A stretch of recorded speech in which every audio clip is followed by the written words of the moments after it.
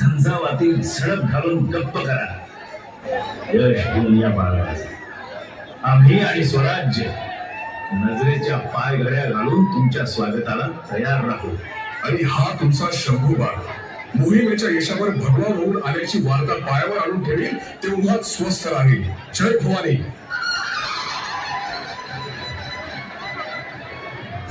रणधुरदार शिवरायांच्या साथीनं अफाट शत्रुतांडव घडलं आणि प्राप्त झालं दिगंत यश. अस्मानी फते पहिली हत्यारी मोहीम पूर्णपणे यशस्वी झाल्याचा आभार भेटून गेलेला आनंद. रणमंत शंभूराजांच्या जयश्रीनं स्वराज्याची भूमी सागर गडगोट आनंदात नाही. सार मागे टाकून शंभू माधव भोंगावत निघालं होतं महासागरातून जंजिऱ्याच्या वेगात मोहिमेत.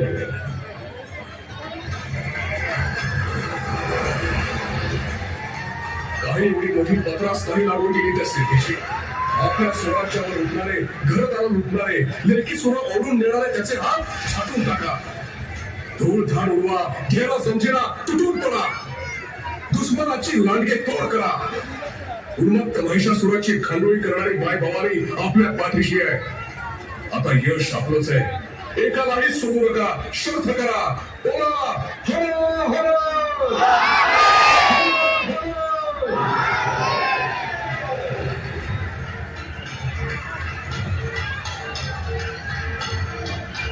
आणि महासागरावर भरात तांडव सुरू झालं. शंभूराजांच्या आज्ञेनं तो आलो होऊ लागला.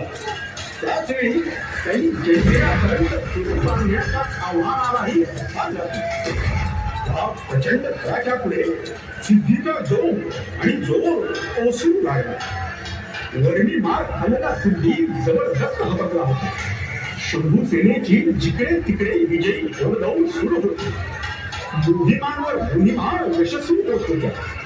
राज्याच्या सीमा विस्तारत होत्या आणि त्यातच सह्याद्रीच्या शिखरावरून आनंदाच्या चांदण्याची राज्यभर बरसात झाली.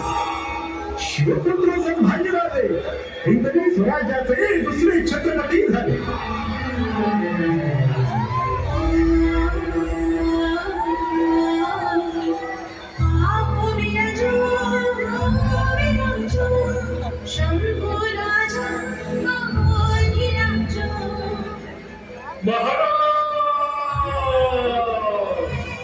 प्रौढ प्रताप पुरंदर क्षत्रिय कुलावतंस सिंहासनाधीश्वर महाराजाधिराज छत्रपती संभाजी महाराज की.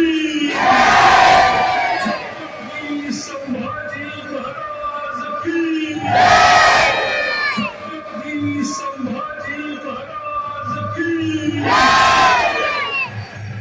संभाजी राजांच्या छत्रपती पदाच्या शिरपेचा महाराष्ट्र लक्ष्मीनं आणखी एक मानाचा विजय पुरा ठेवला. बऱ्हाणपूरची गाजलेली मोहीम अतुलनीय शौर्य, अजोड मुत्सद्दी येईल आणि अपार धनसंपत्ती, स्वराज्य हित जपण्याचे, मराठी दौलतीच्या कक्षा रुंदवण्याचे आटोकाट प्रयत्न छत्रपती संभाजीराजे अखंडपणे करीत होते. केवळ महाराष्ट्रातच नव्हे तर दूरवर दबा धरून बसलेला मनोबल जळफळणारा स्वराज्याचा शत्रूही त्यांच्या तीक्ष्ण नजरेला दिसत होता. त्रिचनापल्लीचा चिक्कदेव. ते संभाजी महाराष्ट्र मधला एक तर जमीनदार शिवाजीचा मुलगा. अरे असू दे, पण म्हणून काय अख्खं जगचा राजा असतं काय ते? आमच्याकडे काही शस्त्र नाही तर ते धरायला हात नाही तर ते शस्त्राला धार नाही म्हणतो आम्ही. अरे येऊ तर देते संभाजीला एवढं चिक्क तुकडे करताय बघा. हे चिक्क देवर आहे त्याच एल्ली देही नन कट्यारा तमन्ना बेगा. आणि मराठ्यांचा तुफानी हल्ला वर्षपुरी सुरू झाली. शंभूला भडकला, तुंबयुक्त पेटलं आणि त्रिचनापल्लीचा किल्ला किल्लेदाराच्या मदमस्त अहंकारासह गाभीर झाला. झाला. मराठी यशाच्या सीमा पुण्यापर्यंत जाऊन भिडल्या होत्या.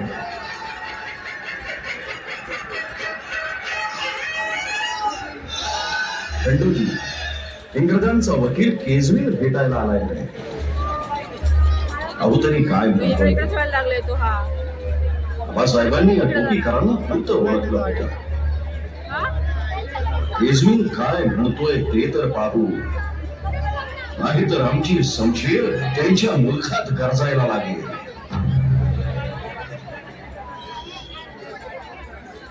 वेलकम मिस्टर केजवेल. Glad to meet you, Your Majesty. As soon as I received your letter, I discussed the issue with the most honorable person of the East India Company, and they called me for further discussions. Mr. Kejwin, you know how we conquered Goa, Surat. We can even attack on Mumbai and we will win easily. Still we call you for negotiations. Yes, Your Majesty. I will try to negotiate in the most positive way, Your Majesty. Mr. Kejwin, it will be better for you to get money and did not hide. Otherwise, we better know how to grab it. Yes, Your Majesty. I am sure about the deal. Let me inform your proposal to buy Bombay from us to the East India Company. Mr. Kejwin, you can please go now. Thank you, Your Majesty. परंतु काय करे, वाकड्या नजरेनं पाण्याचं कोणाचं भारत कोणी केलं तर शंभू वादळा पुढे त्याच्या ठिकऱ्या ठिकऱ्या ओढत होत्या. पण त्याच वेळी अस्तनीत निखारेही फुलत होते. राज्य सत्तेच्या अधिकाराआडून स्वार्थी हिंसवांच्या नांग्याही वळवळून आणल्या होत्या.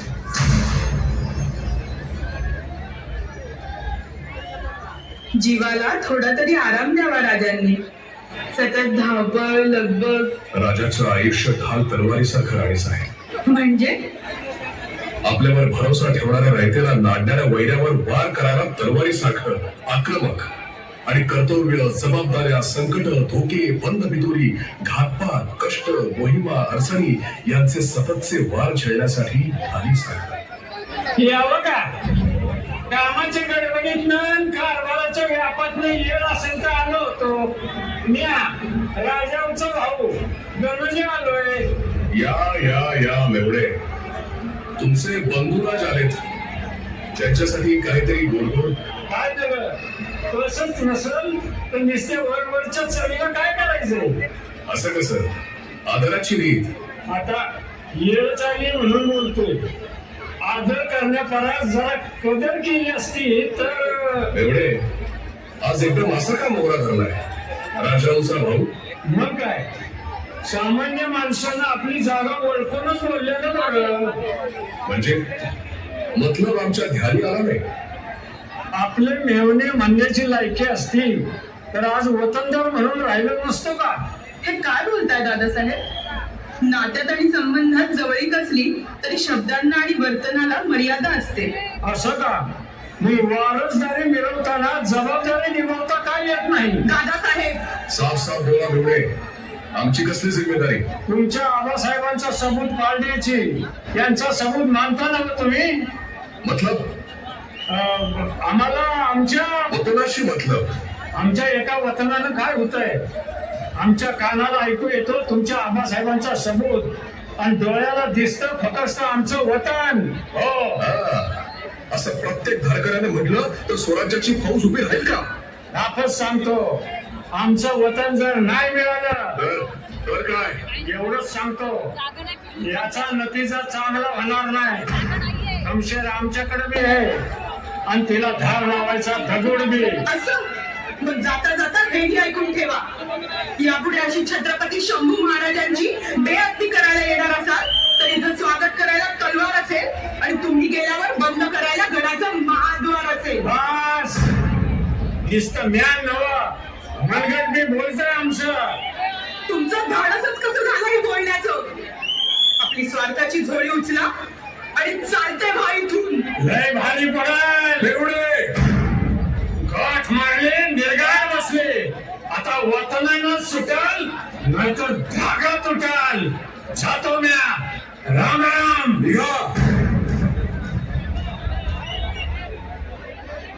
तो धागा तुटला नाही, पण स्वार्थाच्या पर्वतपणाच्या अनिष्टतेच्या धाग्यात गुंतत गेला.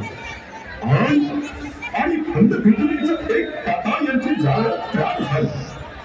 तुमची हसत औरंगजेबानं मुकदखानाला कुटुंब फरमावलं आणि त्यानं गुपचूप कारस्थान रचून ते फेकलं नेमकं कोकणातल्या संगमेश्वरावर.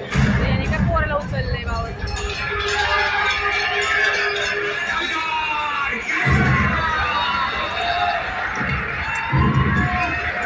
याची पाऊस घात होती. दर्यापुढे सगळ्यांचं बळ कमी होतं. तरीही हिंमत आणि अवसान न होता शंभूराजांनी शिकस्त केली. छातीवर झेलून भस्माचे लोंढेच्या लोंढे परतवले. नखशिखांत रक्तरंजित होऊन का भैरवासारखं प्रचंडन केलं. सुंदर छावा कैद झाला आणि मराठमोळ्या निष्ठेला काळीला फासणारी दुर्दैवी भिंड निघाली.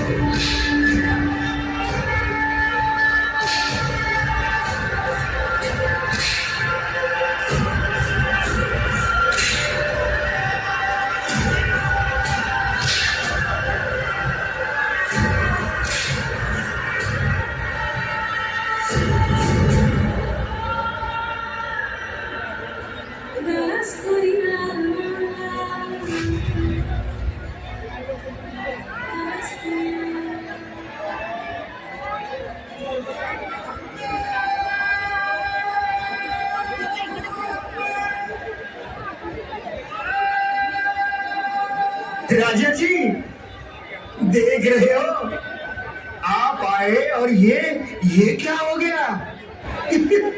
आया तूफान तो बदली सारी यहाँ की हवा। शंभू राजे को देख के आलमगीर का क्या हुआ? खामोश.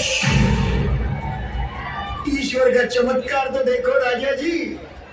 राजन तुम हो साचे, खूब लड़े हो जंग, देख तुम्हारा तेज तखत त्यजत औरंग।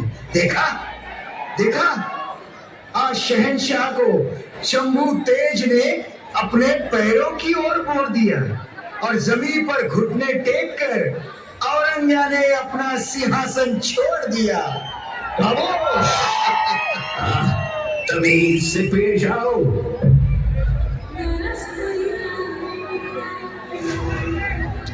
आइए प्रसन्न सिवा.